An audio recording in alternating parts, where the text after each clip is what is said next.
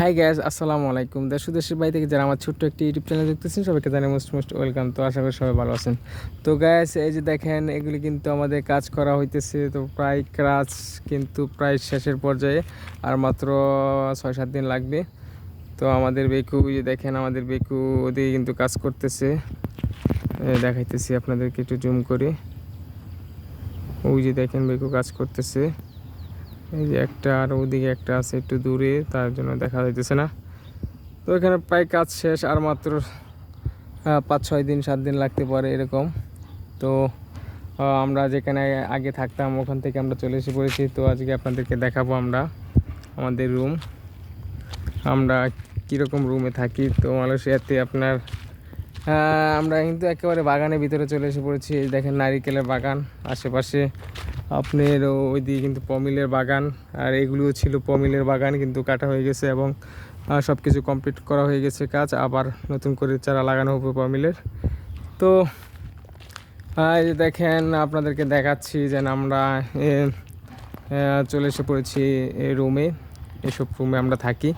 তো এখানে রুম আছে অনেকগুলি রুম আছে, 10-12টা রুম আছে। তার মাঝে মাত্র 3টি রুমে মানুষ থাকে, আর সবগুলি রুমে কিন্তু ফাঁকা। আর এসব গাড়ি হচ্ছে আপনার যারা ট্রাক পিক আপ চালায়, তো এখানে পার্কিং করা থাকে, তারা কাজে আসে, এই জন্যে ফোনটা রেখে গেছে। তো আপনাদেরকে সরাসরি দেখাবো আমাদের রুম। তো এখানে একটাই অসুবিধা হচ্ছে আপনার কারেন্টের সমস্যা, কারেন্ট নাই। তো জেনারেটর দিয়ে চলতে হয়। তো আমাদের বস আমাদেরকে জেনারেটর দিছে, তো আপনাদেরকে দেখাইতেছি। আর এটা হচ্ছে আপনার ফিল্টার করা পানি, এটা গাড়ি দিয়ে পানি নামায়া রেখে যায়, ফিল্টার করা পানি। তো এসব পানি কিন্তু এখানে যারা কাজ করে অনেকেই এখানে বসে বসে আড্ডা দেয় দুপুরবেলা। তো এই দেখেন পার্ক রুম, কিন্তু পার্ক করার মতো লোক নেই, ফাঁকা। আর এই হচ্ছে আমাদের জেনারেটর, এই জেনারেটর দিয়ে আমরা কিন্তু চলি।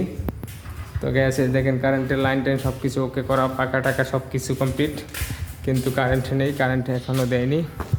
তো অনেক দূর থেকে আনতে হবে, এজন্যে কারেন্ট এখনও আনা হয়নি। তো আমরা এই রুমে থাকি, তো আপনাদেরকে দেখাইতেছি। এই হচ্ছে আমাদের রুম। তো এই দেখেন আমাদের রুম, এই যে দেখেন এসব পানি কিন্তু কিনে নিয়ে আসতে হয়, শুধু পানি আর পানি।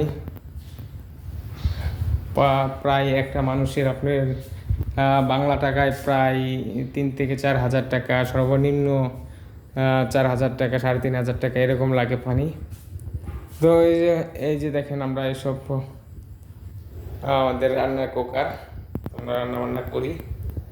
আর আপাতত আমরা আমাদের খাট, যেহেতু এখানে 4-5 দিন থাকবো, ওই জন্য কিন্তু খাট আনিনি, তো নিচে আসি।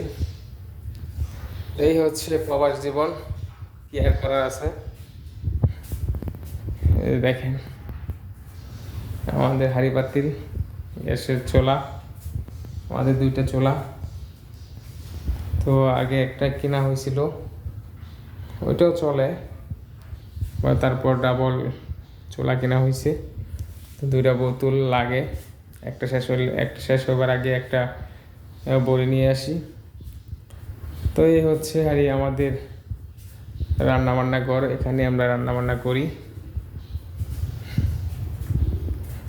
আর এখানে বসে বসে খাই, খেয়ে তারপর এখানে শুয়ে পড়ি।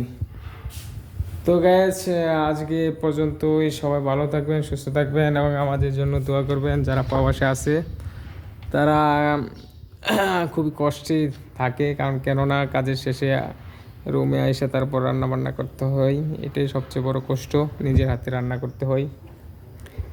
এত পরিশ্রম করে তারপর 8 ঘন্টা 10 ঘন্টা 12 ঘন্টা ডিউটি করার পর তারপর এসে তারপর গোসল না করে আগে রান্নাবান্না করে তারপর গোসল করে খাইতে খাইতে দেখা গেছে যে আপনার রাতের 11টা 11:30 এরকম বেজে যায়, 10টা এরকম বেজে যায়। তো এটাই হারি কষ্ট, প্রবাসীদের একটাই কষ্ট, এটা কেউ বুঝবে না, বোঝার চেষ্টাও করে না। তো আর কি করার আছে।